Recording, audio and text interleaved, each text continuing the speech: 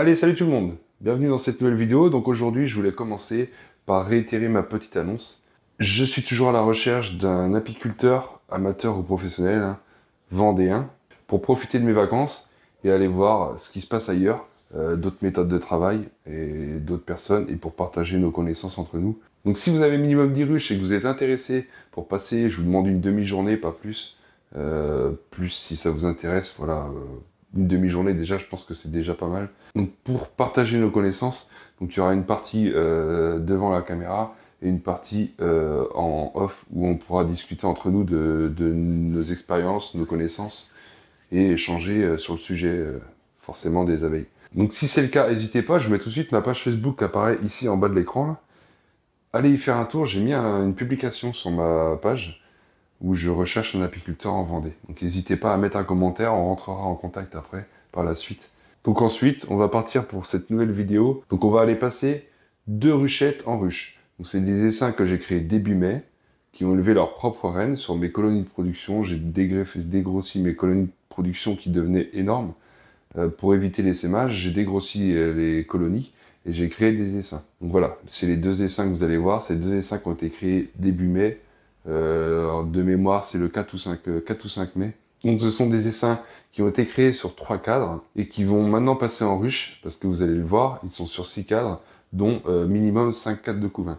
Le 5e, je vous avoue, c'est pas un couvain hyper développé, parce qu'ils ont de la nourriture aussi en réserve. Donc c'est un essaim qui est prêt à passer en ruche, largement. Donc on le passe en ruche, on rajoute des cadres, je vous fais voir ma méthode.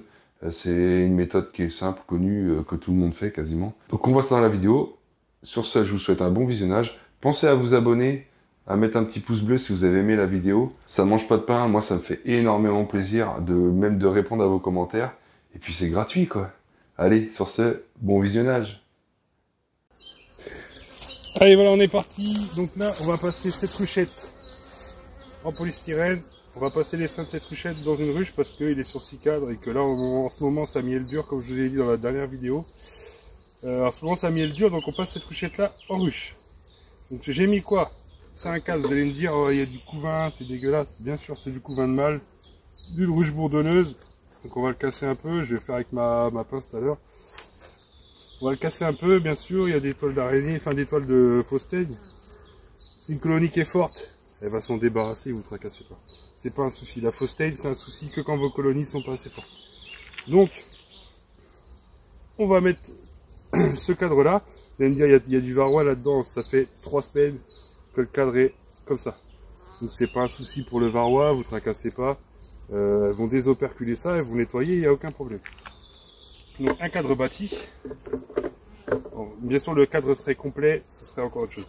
Et un cadre à bâtir. Donc pour l'instant on va mettre ça ici. Pour pouvoir remettre la colonie dans l'ordre qu'elle était ici. Parce que c'est un transfert de colonie, c'est comme si vous changez de maison. Faut pas vous changer toutes vos habitudes. Faut pas mettre des fourchettes dans un placard ou des assiettes dans un tiroir. Vous serez perdu. Et ben elle c'est exactement pareil. On met les cadres dans l'ordre, qu'on les enlève de la ruchette. Je vous fais voir ça tout de suite. Allez, let's go. Bon, comme vous pouvez voir, à l'entrée ça vole. Donc ce qu'on va faire pour éviter de mettre des abeilles dans cette ruchette là avant d'aller là-bas, je dégage cette ruchette là. Tous les trucs à faire, je vais l'ouvrir déjà, parce que je veux qu'elle soit ouverte quand je fais mon truc.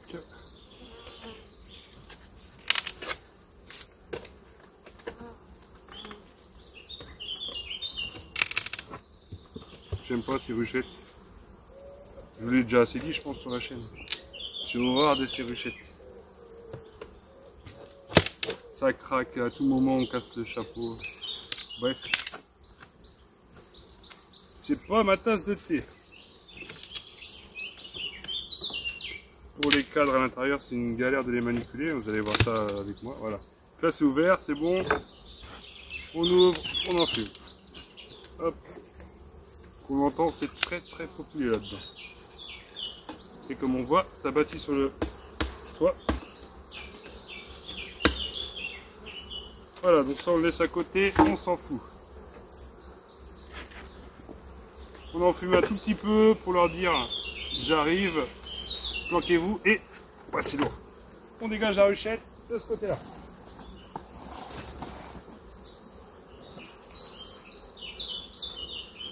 Donc je fais toujours, je pivote d'un quart de tour comme ça, je remets la ruchette dans le même ordre. Donc là, on met la ruche à la place de la ruchette existante. Voilà. Donc j'ai mis la ruche à la place de la ruchette, en lieu et place de la ruchette. Je sors ma partition, je sors mon cadre que je vais mettre après là. Et mon cadre à bâtir, je peux le mettre là. Donc ensuite, le but du jeu, c'est de prendre tous les cadres comme ça. Et vu que j'ai tourné d'un quart de tour, je remets, paf, premier là. Je prends le premier vers moi, je le remets vers moi. Et vice versa. Allez, c'est parti. Et on essaie de trouver la reine pour savoir si elle est bien dedans, c'est mieux.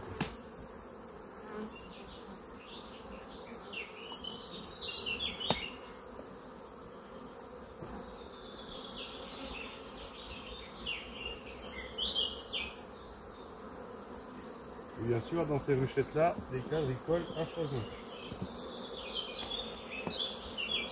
Allez, premier cadre qui est un cadre. Tac. Premier cadre qui est un cadre de réserve. Et avec des œufs, comme quoi il n'y a pas assez de place. Là, on voit qu'il y a du miel. Hein.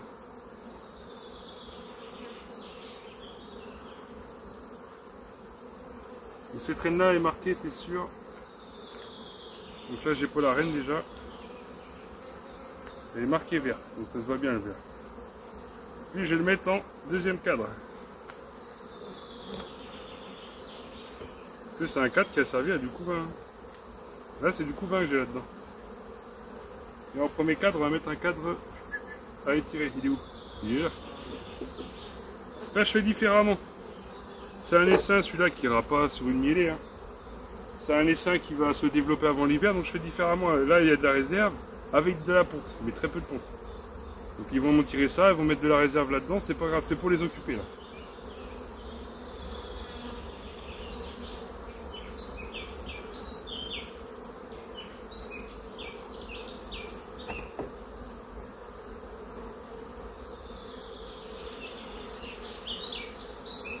Hop, deuxième cadre.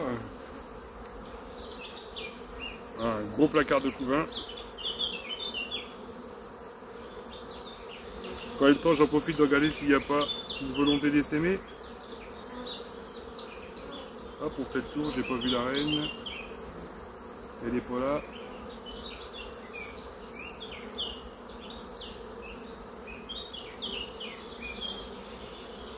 Donc il n'y a pas de volonté d'essaimer. Hop, j'ai pas vu la reine, mais je sais qu'elle est dedans, j'ai des œufs. Moi, j'aimerais bien la voir pour me rassurer, pour être sûr qu'elle est là au moment où j'ai mis tous les cadres.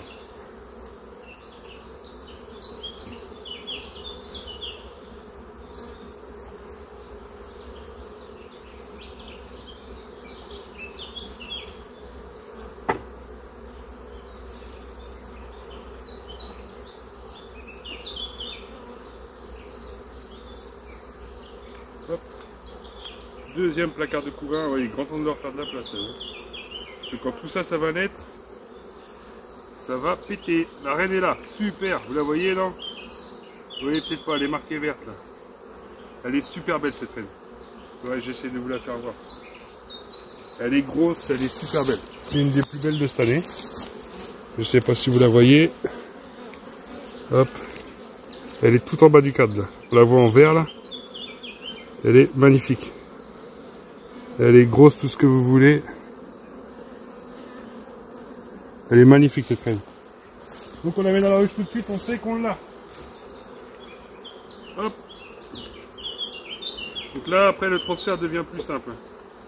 On sait qu'on a la reine, on panique pas, elle va pas être sur les parois, ça va être moins chiant.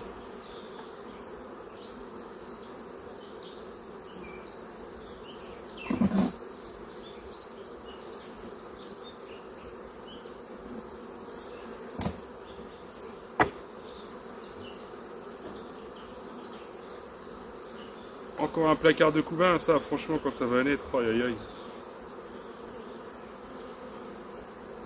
C'est pour ça qu'il faut faire de la place parce que sinon ça va pas être cool. Regardez-moi ça. Une super reine, franchement je vous dis elle est belle esthétiquement. Bien grosse et compagnie, une belle couleur. Et en plus elle fait un taf. Et vous voyez ça vole partout, ça m'agresse pas. C'est juste des butineuses qui reviennent et des abeilles qui s'envolent, qui sont perdues. C'est normal.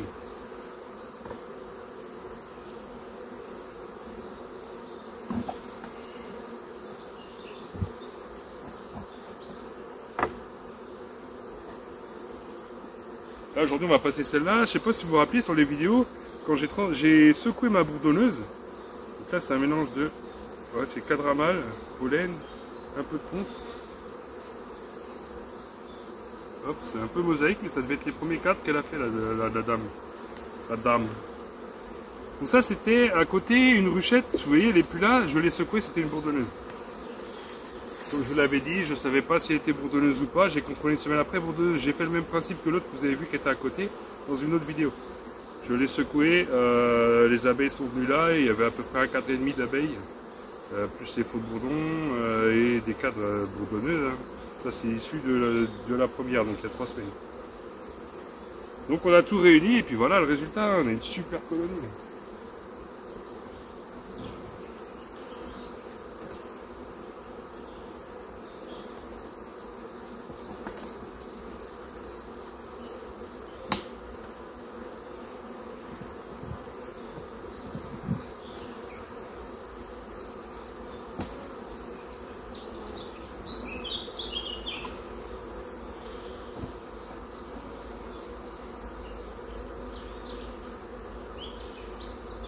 Là c'est pollen et il y a des œufs aussi, hein. C'est dingue. Là c'est cadramal, pollen et il y a des œufs aussi, on va faire comme ça. Là, et on va mettre le cadre bâti avec les mâles, mais dans des cellules d'ouvrières, hein. C'est une bourdonneuse, donc la bourdonneuse pour n'importe où. Ce cadre là on va le mettre là, donc je vais décaler un peu ça, comme ça, pour passer mon cadre. Je griffe le couvain de mâle. Comme ça, elles vont nettoyer ça. On voit, c'est des alvéoles de femelles.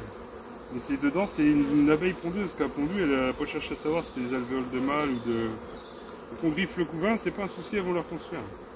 Enfin, oui, le vieux couvain. Elles vont le dégager, elles vont reconstruire. On voit pas la Faustin, non? Elles vont dégager ce vieux couvain, on regarde bien avant. Ah, c'était prêt à net ça.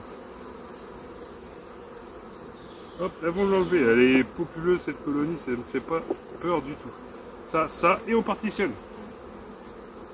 Hop, une partition chaude. Voilà, on est sur 8 cadres. On était sur 6, on vient de passer sur 8. Le reste des abeilles.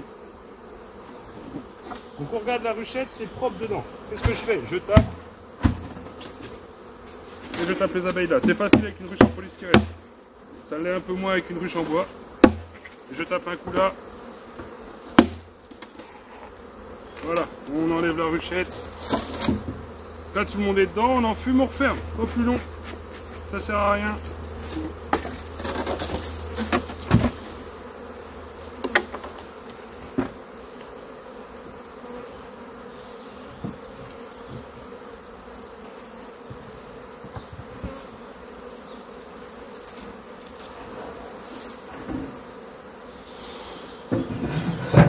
La ruchette, je la ferme, je la laisse là. Avec l'entrée de l'autre côté, elles vont sortir, retourner dans l'autre ruche. J'en ai pas besoin de cette ruchette dans l'immédiat, donc je peux la laisser là, c'est pas un souci. Donc voilà comment on transfère une ruchette en ruche. Tout simplement, hein. Il n'y a rien de compliqué. Je vais peut-être même la mettre ailleurs parce qu'elle vient toute là, vous voyez la couleur.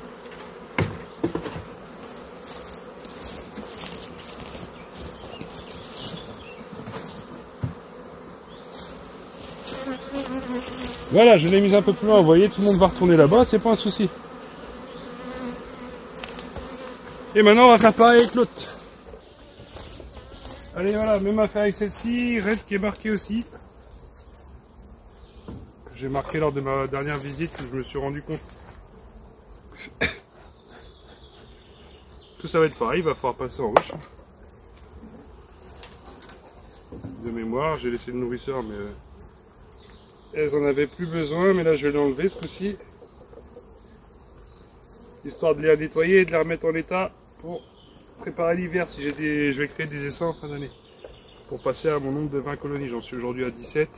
Donc j'ai un essai à récupérer la semaine prochaine. J'essaierai de vous faire suivre ça dans cette vidéo là, parce que c'est dans la foulée de ce que je fais ici. Là. Donc voilà, vous savez, hein, je tourne des vidéos, il y a un décalage entre le temps où je les tourne et le temps où vous les avez, vous, disponibles. Le temps de faire le montage, de tourner des images, parce que je tourne pas toujours la même chose et je ne donne pas de jour. Hein. Ça dépend ce que je vois. Et la météo. Il est bien collé, lui. Je pense que ça a dû construire sur les têtes de cadre. C'est pas mon tire-cadre habituel. J'aime pas cette pince, elle est trop grosse, trop grossière. Oh là là. Regardez-moi ça.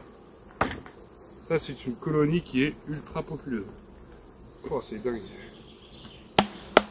Comment il y a 3 semaines, on était en galère. Les abeilles, ça va très vite. Hein. Il y a 3 semaines, on était en galère, je vous le rappelle. Hein. On était en train de pleurer parce qu'on n'avait pas de rentrée de nectar. Oh là, il y a beaucoup de faux bourdons là. Oh là, j'aime pas ça. On va voir. On est en train de pleurer parce qu'on n'avait pas de rentrée de nectar et puis maintenant, on a du mal à suivre. Bon, on va tester ça. On va voir ce qui se passe dans cette ruche. Ça me paraît bizarre là. Alors, on a découvert des ouvrières. Elles ont fait le faux bourdon sur les têtes de cadre.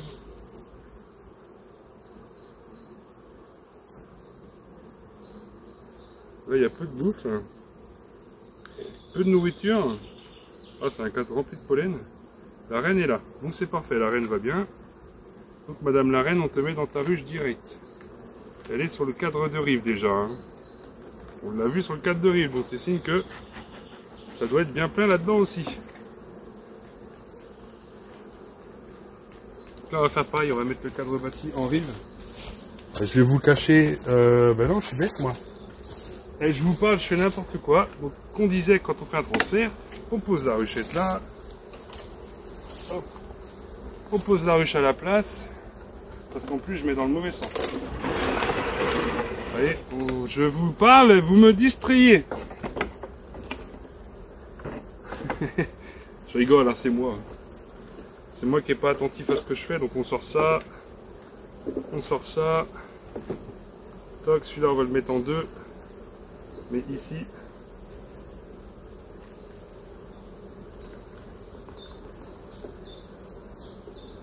On va le mettre en deux, mais ici et dans l'autre sens. Fais attention, on sait qu'il y a la reine dessus.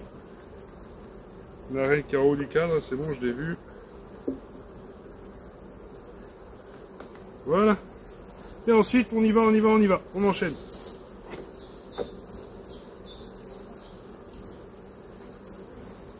Je vais vous recadrer, je vais pas vous faire voir ce coup-ci comment je les mets.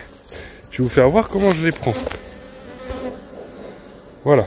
Ma ruche était là, la ruche est là. Je sais pas si je peux faire vous avoir les deux. Oh si, vite fait. Allez, on y va comme ça. Là il fait beau, on prend notre temps, on s'en fout, il y a le temps. Donc là j'en fume pour qu'elle descende. Un tout petit coup de fumée, on lèche la ruchette. Pas besoin de les enfumer à mort tant qu'elles vous agressent pas. On enfume à mort que s'il y a besoin sur une colonie comme celle que vous avez vu dans la vidéo de la semaine dernière, qui est ultra agressive, sinon on n'en fume pas. Là couvert aussi. Ouais, elle a tendance à me faire des mâles sur la tête de cadre. Je sais pas si vous voyez de votre côté, si c'est pareil. Vous voyez, elle me fait des mâles là. Pouc, pouc, pouc. Là, c'est une ébauche de cellule royale, je suppose. Hop, on casse ça, on s'en fout. Même si c'est un mâle, c'est pas grave. Hein. Vaut mieux casser une cellule de mâle. Ouais, elle pond bizarrement quand même celle-là. Ouais, non, il y a du pollen partout, c'est pour ça. Vaut mieux casser une cellule de mâle que de laisser une cellule royale. Hein. Dans le doute, on casse. Sauf si vous voulez qu'elle essaime, après vous faites ce que vous voulez. Moi c'est pas mon but.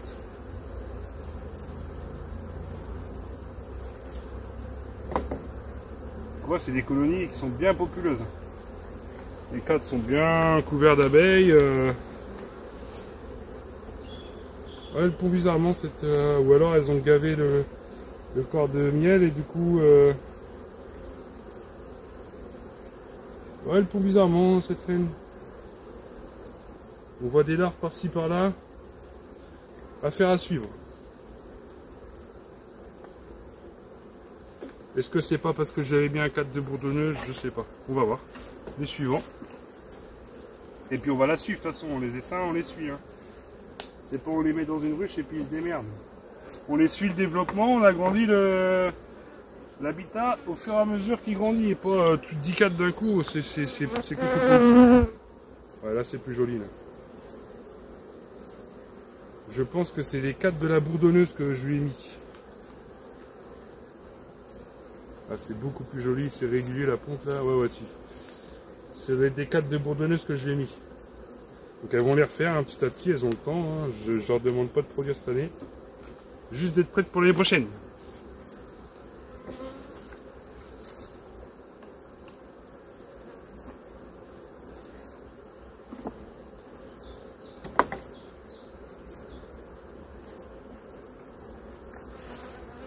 Hop, un cadre de couvain aussi, qui est pas génial, mais qui est pondu là. Ouais, stocke un peu n'importe comment, ou c'est l'organisation de la reine qui est pas folle. Celle-là, elle est à suivre, parce que ça stocke un peu dans le milieu, il y a des œufs pondus là. C'est tout pondu, c'est en larve, donc je pense qu'elle a commencé à pondre sur les cadres de bourdonneuse. Je veux pas vous dire de bêtises, mais il y a de grandes chances. Affaire à suivre. La ponte n'est pas aussi nickel que je l'aime. Donc on va voir, hein, après...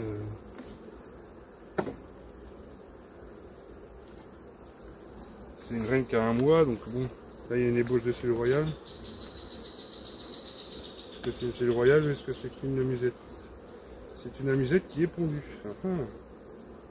Est-ce qu'elles essaieraient... De toute façon, elles ont des œufs. Si elles veulent me refaire une reine, elles pourront. Elles ont des œufs partout. Là j'ai vu une ébauche, donc je surveille bien ce cadre-là.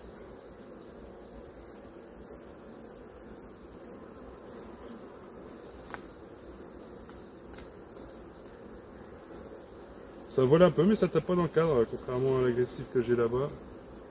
Donc c'est cool.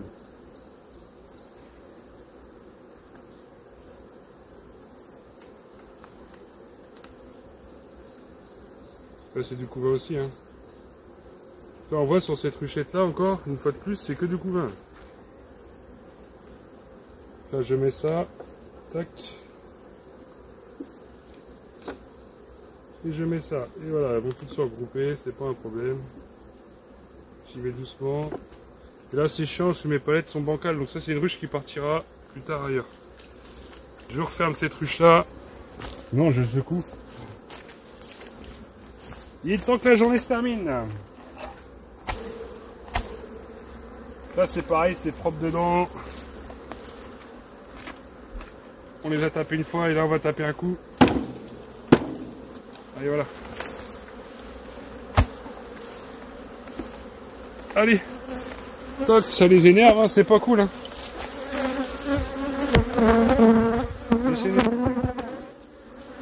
Là elles vont se renvoler et elles vont retourner dans cette ruche. Là j'enlève les quelques mortes qu'on subit le déménagement. Voilà. Donc là il faut que j'achète des isolants, par contre j'en ai pas sur ces ruches là. Bon, c'est un rucher qui est à l'ombre l'après-midi ici, donc c'est pas gênant en soi. Donc là elles vont revenir à la ruche tranquillement. On dégage la ruchette qui ne sert plus à rien, le nourrisseur. Donc voilà. Donc on voit ici les ruches de potes que j'ai doublées. Donc là vous avez vu dans cette vidéo, on passe les essaims en ruche. Et on va aller contrôler d'autres essaims amérales dans un autre rucher. Parce que j'ai des essaims à contrôler là-bas aussi. Il y en a un peu partout. On agrandit chez peut-être, c'est du taf. C'est du boulot. Big up aux pros. C'est cool, le beau temps est revenu comme je dis dans la dernière vidéo. Donc ça fait plaisir, franchement, miel de châtaignier qui se passe bien. Les essaims en profitent bien. Les colonis de prod, certaines tirent leur épingle du jeu, d'autres moins. C'est pas grave, je m'attendais vraiment à rien faire cette année. Le printemps j'ai déjà fait. Moi en miel d'été, je m'attendais vraiment à rien faire. Donc on prend des suées, mais c'est pas grave, c'est pour le bien de nos abeilles. Je préfère ça que d'être en pull avant sous la combi et d'être à l'aise niveau température. Je préfère avoir chaud et que les abeilles se passent bien et que je suis pas obligé de les nourrir. Je me répète, quand on nourrit, c'est pas un plaisir, c'est qu'on n'a pas le choix. C'est une nécessité. Donc voilà, tout va bien, tout se passe bien. Donc là c'est ma souche c'est ma souche, ma ruche 2 qui n'est pas notée d'ailleurs, mais qui est ma ruche 2, je la connais. C'est une souche qui est super calme, c'est la seule qui a de hausse pour l'instant, les autres vont la prendre la semaine prochaine, c'est pas un souci, elles suivent derrière. Et c'est la première qui a voulu arrêter d'essaimer, donc ce sera sûrement ma souche pour l'an prochain. Je démarre l'élevage de rennes normalement. Je ne vais pas vous le promettre à 100%, mais il y a 95% de chances que je commence l'élevage de rennes l'année prochaine, parce que j'aurai atteint logiquement mes 20 colonies, à moins d'un malheur cet hiver que je suis obligé de recréer des essaims. Mais jusque là j'ai fait 3 hivernages qui se sont super bien passés. J'ai un seul hiver où j'ai perdu une colonie. Au tout début j'en avais 4, j'en ai 5 qui sont sortis d'hiver. L'année dernière j'en avais 12 en début d'hivernage, les 12 sont sortis. Non, j'ai fait 2 hivernages, je vous dis une bêtise d'ailleurs. 2 hivernages qui sont super bien passés et pas non plus d'effondrement derrière à la reprise au printemps. Juste une bourdonneuse, mais je suppose une erreur de ma part. Donc voilà. Tout va bien, on continue les vidéos. Il y aura peut-être un petit creux cet été parce que j'ai des vacances et en ce moment, il faut se dire aussi, il n'y a plus que celle-ci, la une, qui a envie d'essaimer. Sinon, toutes les autres n'ont plus envie d'essaimer. Donc je viens maintenant tous les 10 jours. Donc forcément, il y a un moment où je vais manquer d'images et je ne vais pas vous faire des images pour vous faire des images. Je vous fais des images de ce que je fais et je ne vais pas vous repasser des images qui datent d'il y a un an ou vous venir là exprès pour vous filmer une ruche, l'emmerder, l'ouvrir exprès, je le ferai pas. Moi c'est une passion, c'est pas un métier. YouTube c'est pareil, c'est pour vous faire partager ce que je fais. Donc je ne les emmerderai pas juste pour faire des images, je suis désolé pour vous. Je pense que la plupart des gens qui sont apiculteurs sur la chaîne comprendront qu'on n'ouvre pas une colonie juste pour notre plaisir. Malgré que des fois ça nous démange, mais là en plus il fait beau donc on les laisse tranquilles. Elles ont assez chié au printemps. Voilà, donc sur ça, portez-vous bien, vous êtes les meilleurs et à la prochaine.